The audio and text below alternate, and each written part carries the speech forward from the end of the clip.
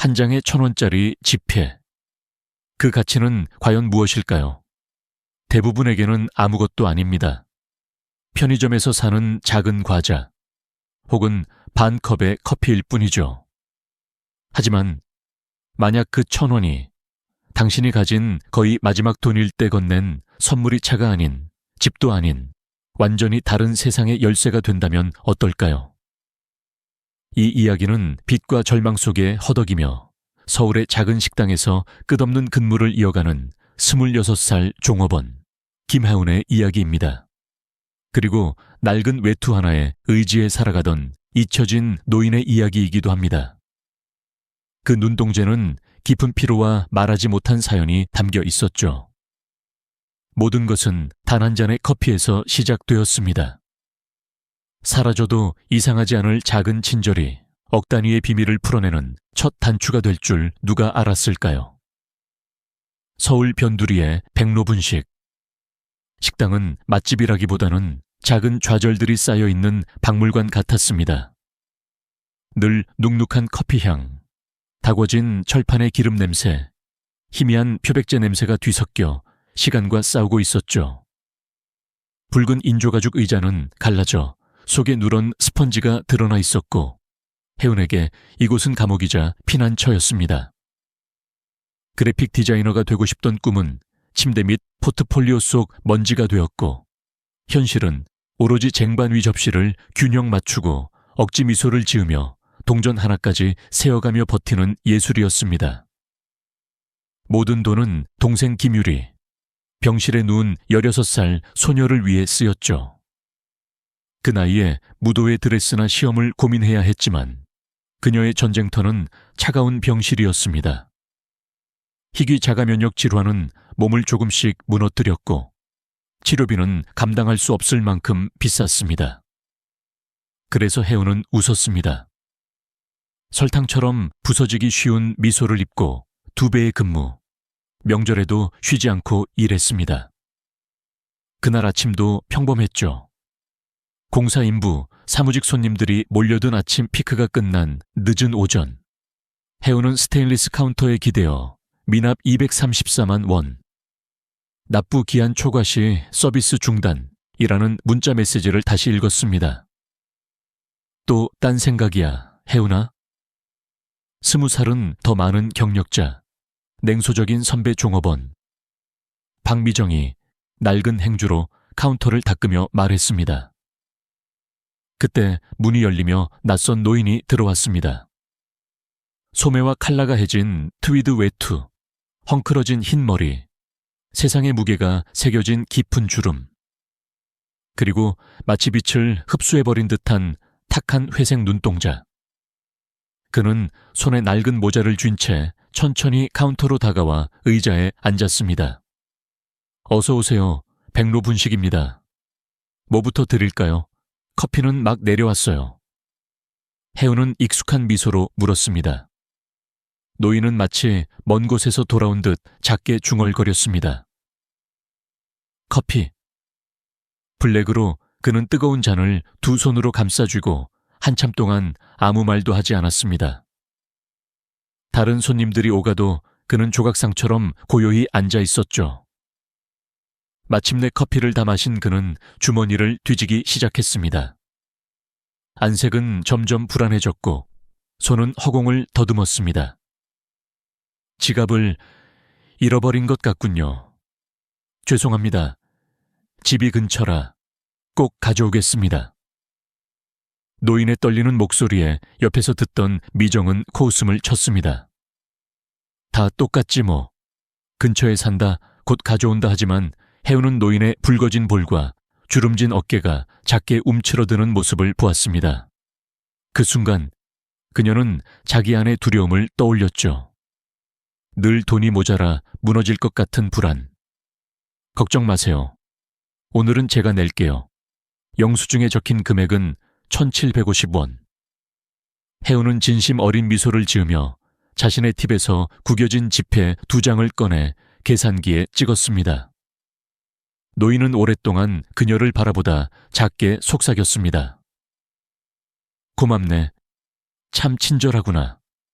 그는 고개 숙여 인사하고 천천히 떠났습니다. 문 위에 작은 종소리만이 여운을 남겼죠. 바보 같은 애, 미정이 고개를 저었습니다. 그 돈이면 동생 병원비에 보탰을 텐데. 그러나 혜우는 그 빈 의자만 바라보았습니다. 2,000원. 아무것도 아니었지만 모든 것이기도 했습니다. 그녀는 알지 못했습니다. 그 작은 친절이 끝이 아니라 시작이라는 것을. 일주일 뒤 그는 다시 찾아옵니다. 그날도 그는 돌아왔습니다. 여전히 헤어진 외투에 몸을 감싼 채 길을 잃은 듯 피곤한 모습 그대로. 노인은 지난번과 똑같이 카운터의 자리에 앉아 흐린 눈으로 식당을 둘러보다가 마침내 혜운을 발견했습니다. 커피 한 잔만. 블랙. 쉰 듯한 목소리가 흘러나왔습니다. 혜운의 가슴이 순간 철렁 내려앉았습니다.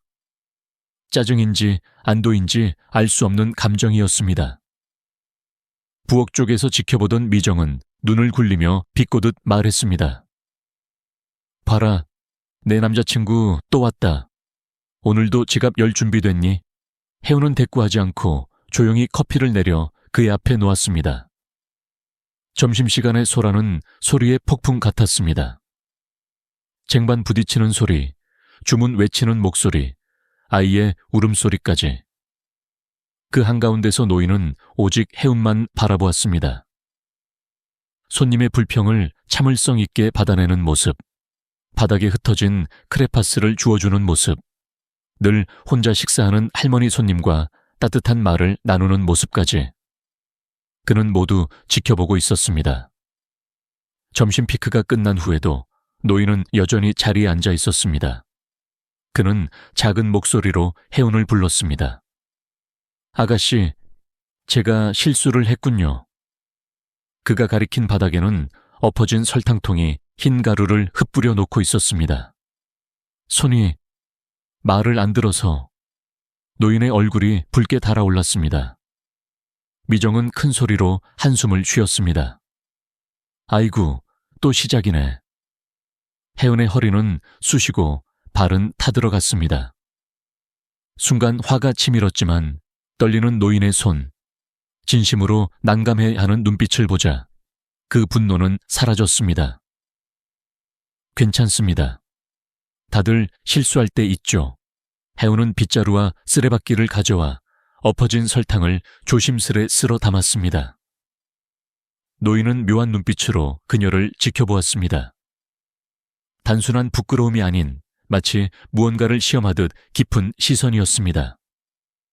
그는 주머니에서 동전을 꺼내 카운터에 올려놓았습니다. 겨우 970원.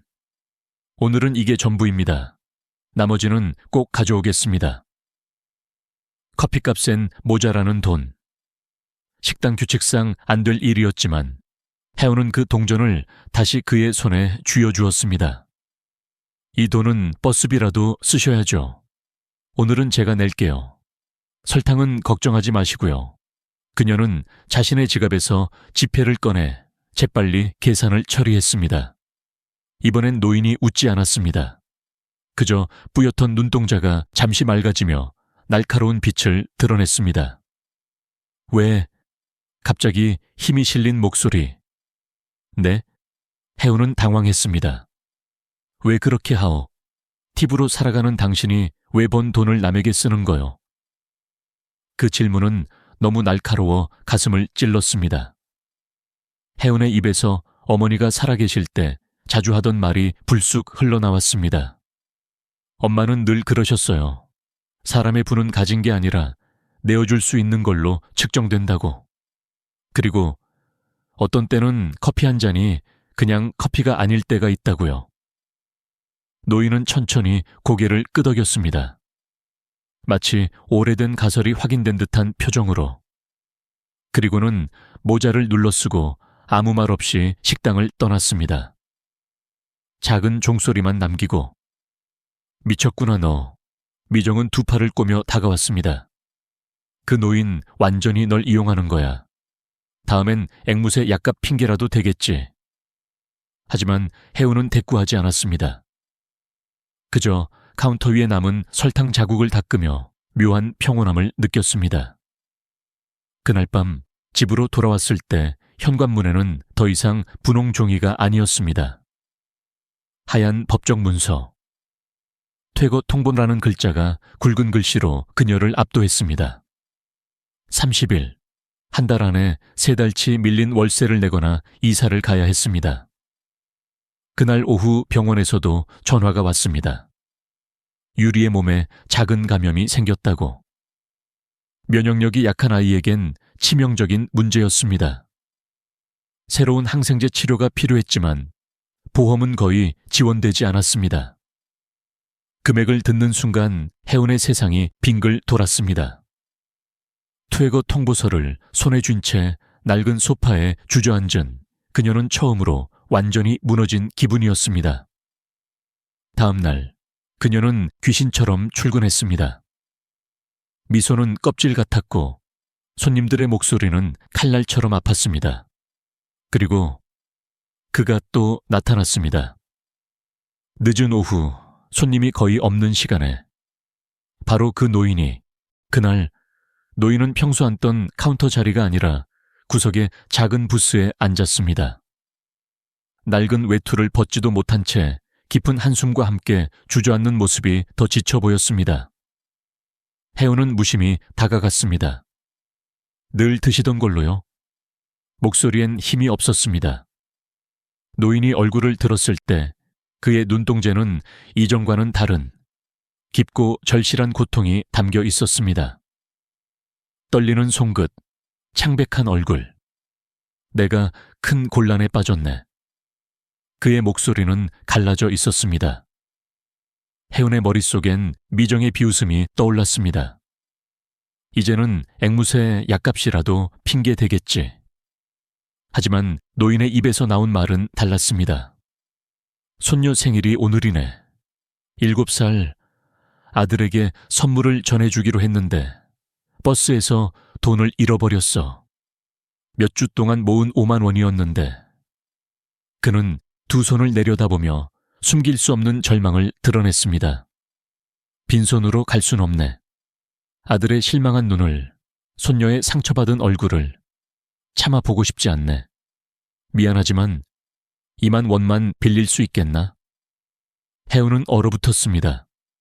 그 순간 2만 원은 20만 원처럼 무겁게 느껴졌습니다. 그 돈이면 병원 갈 교통비, 집에 들러 살 식료품. 모든 이성이 안 된다고 외쳤습니다. 퇴거 통보서가 떠올랐고 유리의 병원비가 귓가에 맴돌았습니다.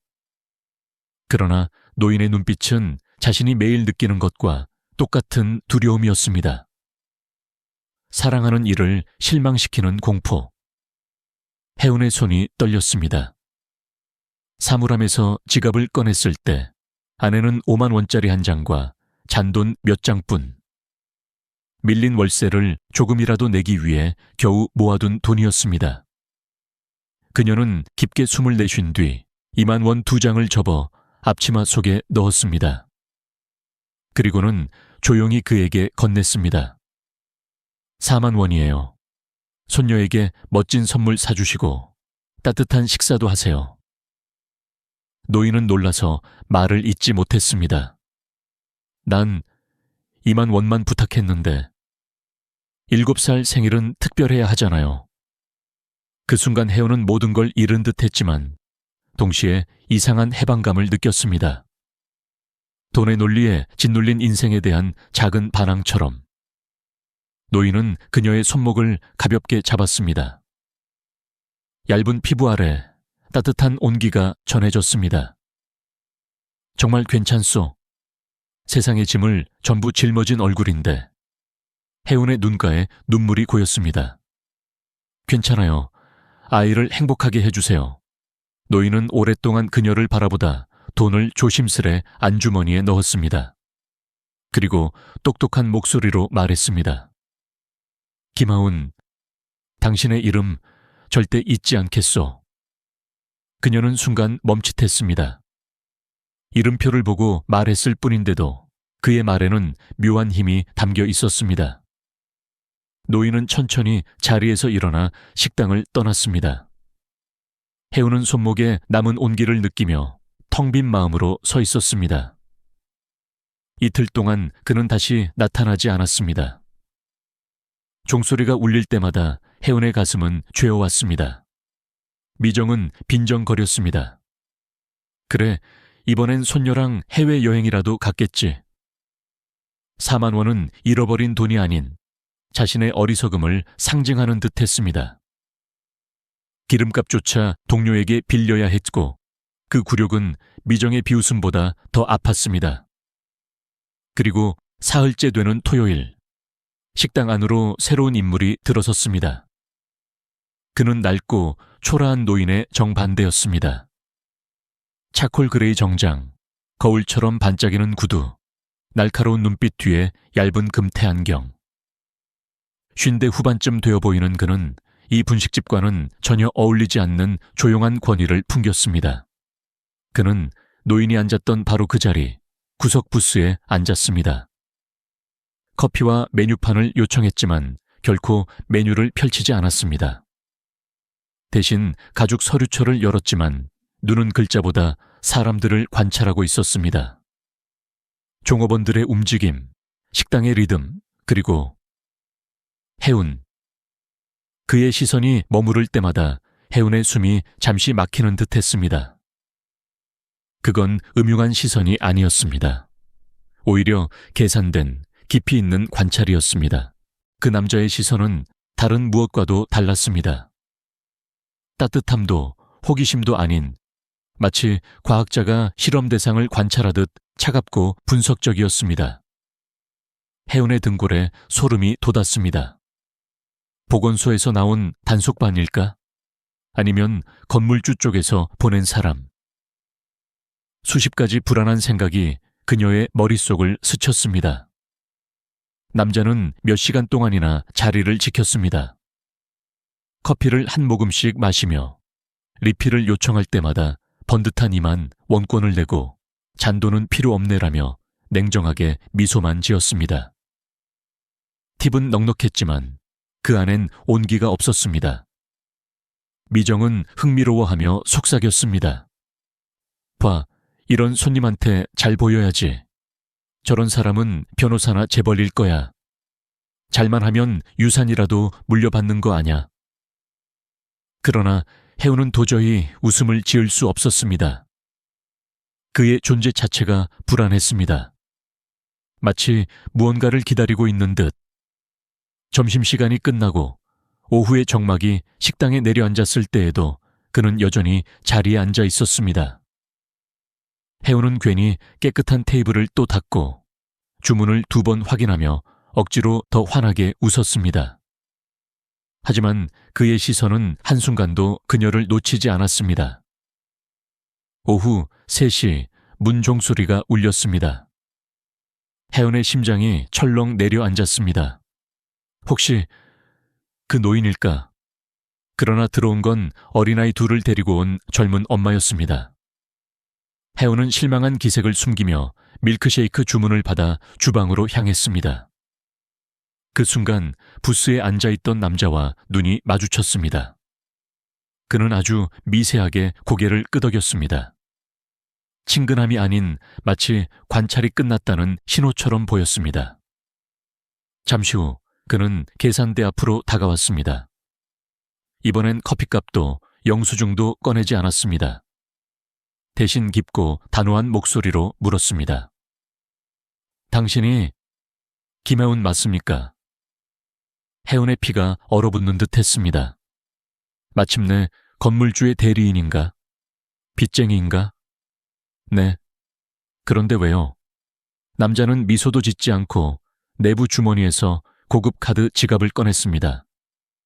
그리고 단단한 재질의 명함을 카운터 위에 올려두었습니다. 제임스 한 스털링 그룹 수석 법무 담당. 명함 아래엔 서울 시내 중심부 최고급 금융타워의 주소가 적혀 있었습니다. 해운은 믿을 수 없었습니다.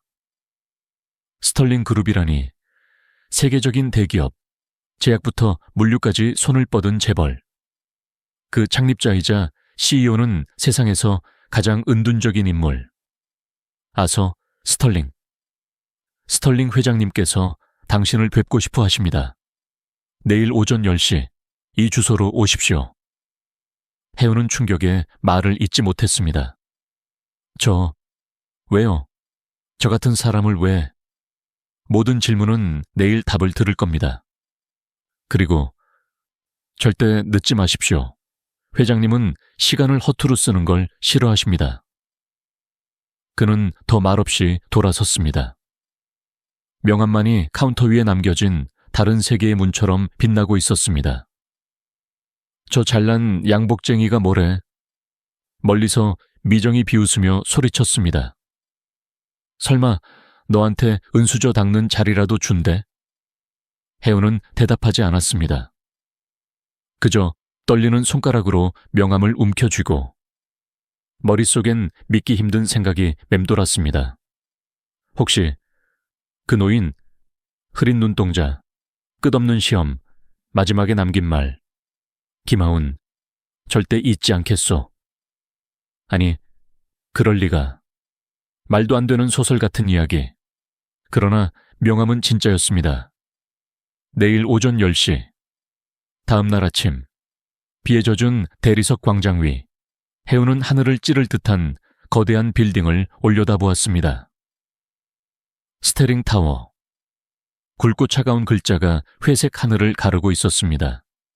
그녀는 간신히 하루 휴가를 구했습니다. 밤새 잠 한숨 못 자고 3번 다려 입은 낡은 블라우스와 검은 치마. 단 하나뿐인 단정한 옷차림. 회색 고양이 한 마리가 궁궐에 들어선 듯한 기분이었습니다. 사람들은 모두 고급 정장을 차려입고 가죽 가방을 들고 목적지로 향했습니다. 그 사이 낡은 가방을 든 해오는 자신이 끼어서는 안 되는 세상에 발을 들이는 듯했습니다. 자동문을 지나 로비에 들어선 순간 마치 성당 같은 정적이 그녀를 압도했습니다. 검은 화강간 바닥, 거대한 현대 미술 작품, 그리고 긴 데스크에 앉은 차가운 표정의 접수원. 스털링 회장님과 10시 약속이 있습니다. 이름을 입 밖으로 내뱉는 순간조차 어리석은 꿈처럼 들렸습니다. 접수원은 모니터를 확인하더니 작게 눈썹을 치켜세웠습니다. 김혜운 씨, 맞으시군요. 한 변호사님께서 기다리고 계십니다. 오른쪽 비공개 전용 엘리베이터를 이용하세요.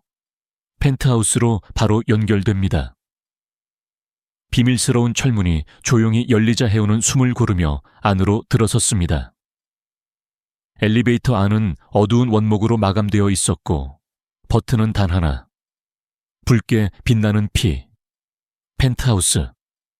그곳에서 모든 진실이 드러날 것이었습니다. 엘리베이터는 숨막힐 만큼 빠르게 그리고 완벽한 정적 속에서 상승했습니다. 귀가 먹먹해지고 전광판의 숫자는 쉼없이 올라갔습니다. 40층, 50층, 60층, 마침내 75층에서 멈췄습니다. 문이 열리자 복도가 아닌 거대한 사무실이 눈앞에 펼쳐졌습니다. 해운의 원룸 아파트 전체보다도 넓은 공간. 세면을 가득 채운 통유리 창 너머로 도시는 마치 지도가 된 듯 발 아래 펼쳐졌습니다.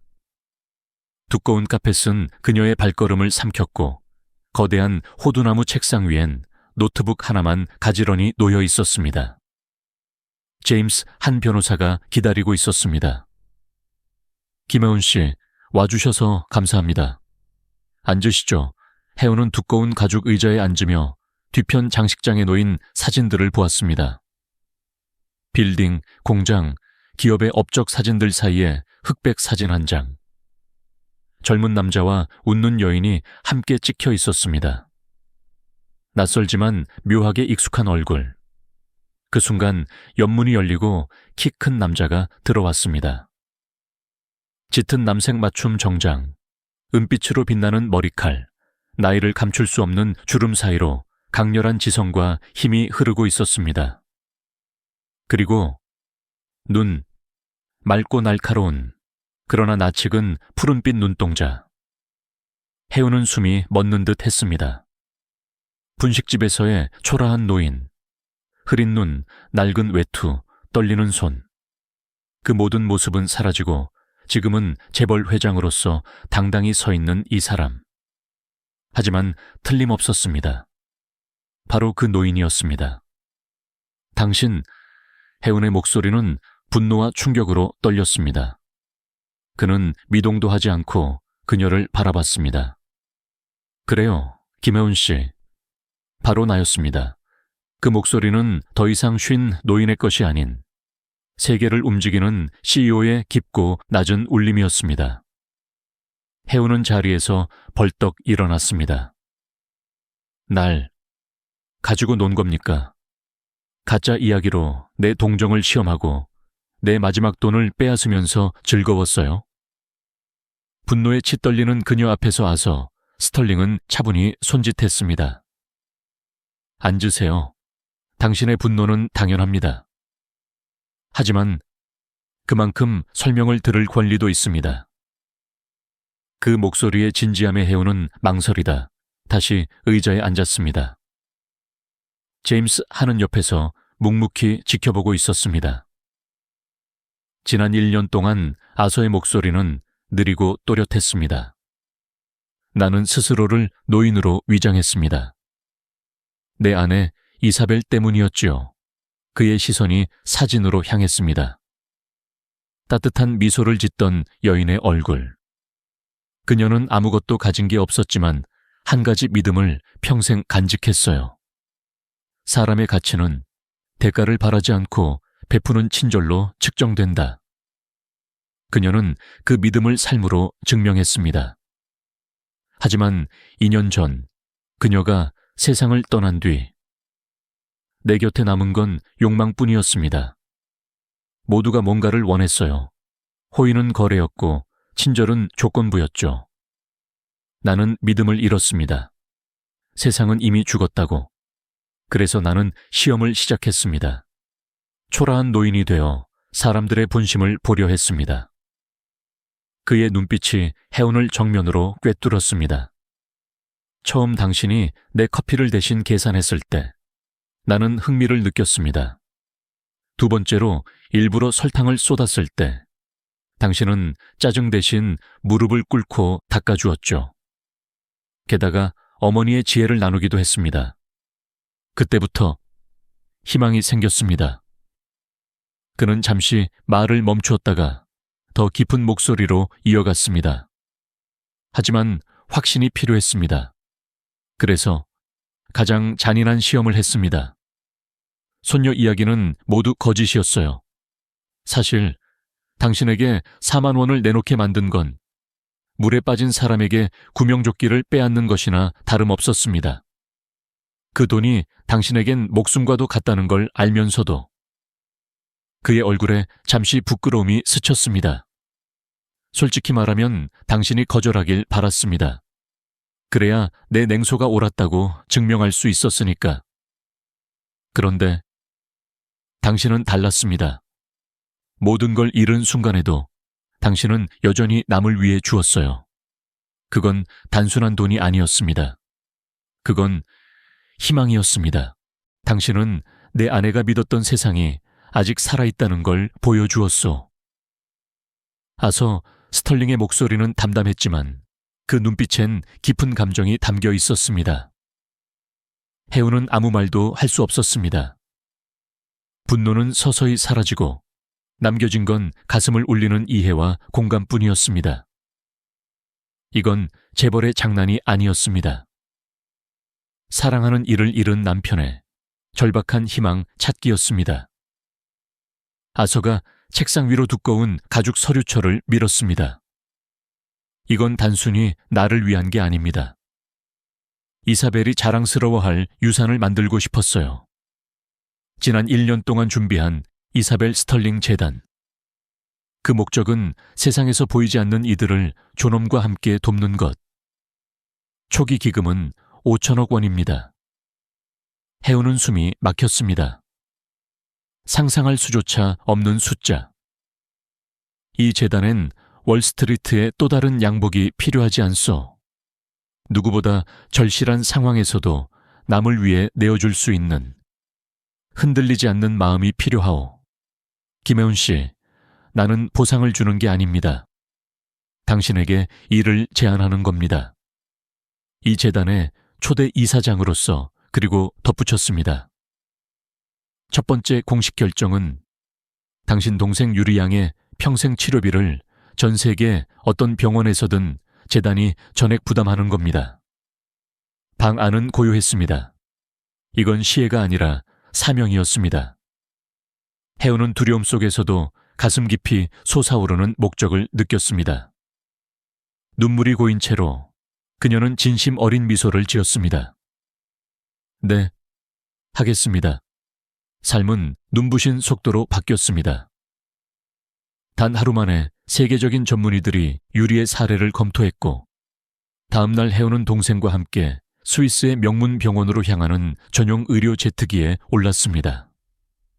끊임없는 불안 대신 엔진 소리가 그녀의 마음을 안도감으로 채웠습니다. 서울에 돌아왔을 때 밀린 월세는 정리되어 있었고 새로운 보금자리 아파트가 준비되어 있었습니다. 마지막으로 그녀는 분식집을 찾았습니다. 익숙한 기름 냄새, 오래된 커피향. 카운터에선 여전히 박미정이 포크를 닫고 있었습니다. 출근은 이제야 하네. 아니요, 인사드리러 왔어요. 저 다른 일을 하게 됐습니다. 혜우는 하얀 봉투를 카운터에 내려놓았습니다. 의심스럽게 뜯어본 미정의 눈이 커졌습니다. 안엔 2,500만 원짜리 수표가 들어있었습니다. 이게 뭐야? 늘 차갑던 목소리가 떨렸습니다. 엄마가 늘 말씀하셨어요. 세상이 매정해서 사람이 날카로워질 때도 있다고. 이제 세상이 조금은 따뜻해져도 되잖아요. 휴가도 가시고 차도 고치세요.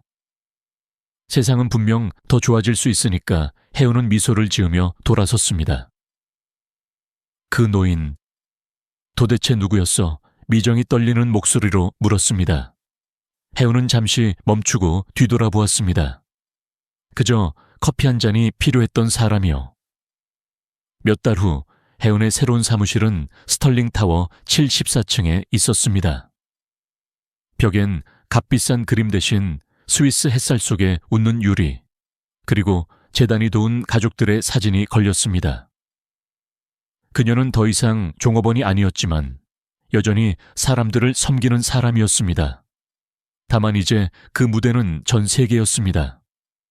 어느 날 아서가 2개의 투박한 도자기 머그잔을 들고 들어왔습니다. 분식집에서 쓰던 것과 똑같은 커피잔. 잠깐 쉴까요? 둘은 창가에 서서 도시를 내려다보았습니다. 가끔 옛날이 그립진 않소. 혜우는 잠시 커피 맛을 떠올렸습니다. 끝없는 피로, 두려움, 하지만 진심 어린 미소도 함께. 사람들은 그립지만 절망은 그립지 않아요. 그때는 내 친절이 약점이라고 믿었어요. 4만 원을 내어주던 순간 세상이 끝나는 줄 알았죠. 하지만 아니었어요. 그건 내 인생 최고의 투자였어요. 아서 스털링의 눈에도 따뜻한 빛이 번졌습니다. 그 순간 두 사람은 재벌과 직원이 아니라 세상을 다시 믿게 된 두 영혼이었습니다. 김혜운의 이야기는 우리에게 이렇게 말합니다. 작은 친절은 결코 작지 않다. 그녀의 선택은 거래가 아니었습니다. 그녀의 본성이었고 그 본성이 운명을 바꾸었습니다. 이 이야기가 마음을 울렸다면 잊지 말고 좋아요를 눌러주세요. 주위의 누군가에게 이 영상을 공유해주세요. 그리고 더 많은 감동 실화를 위해 구독도 잊지 마세요. 여러분은 낯선 이에게서 받은 가장 따뜻한 친절이 무엇이었나요? 댓글로 들려주세요. 우린 그 이야기를 꼭 듣고 싶습니다.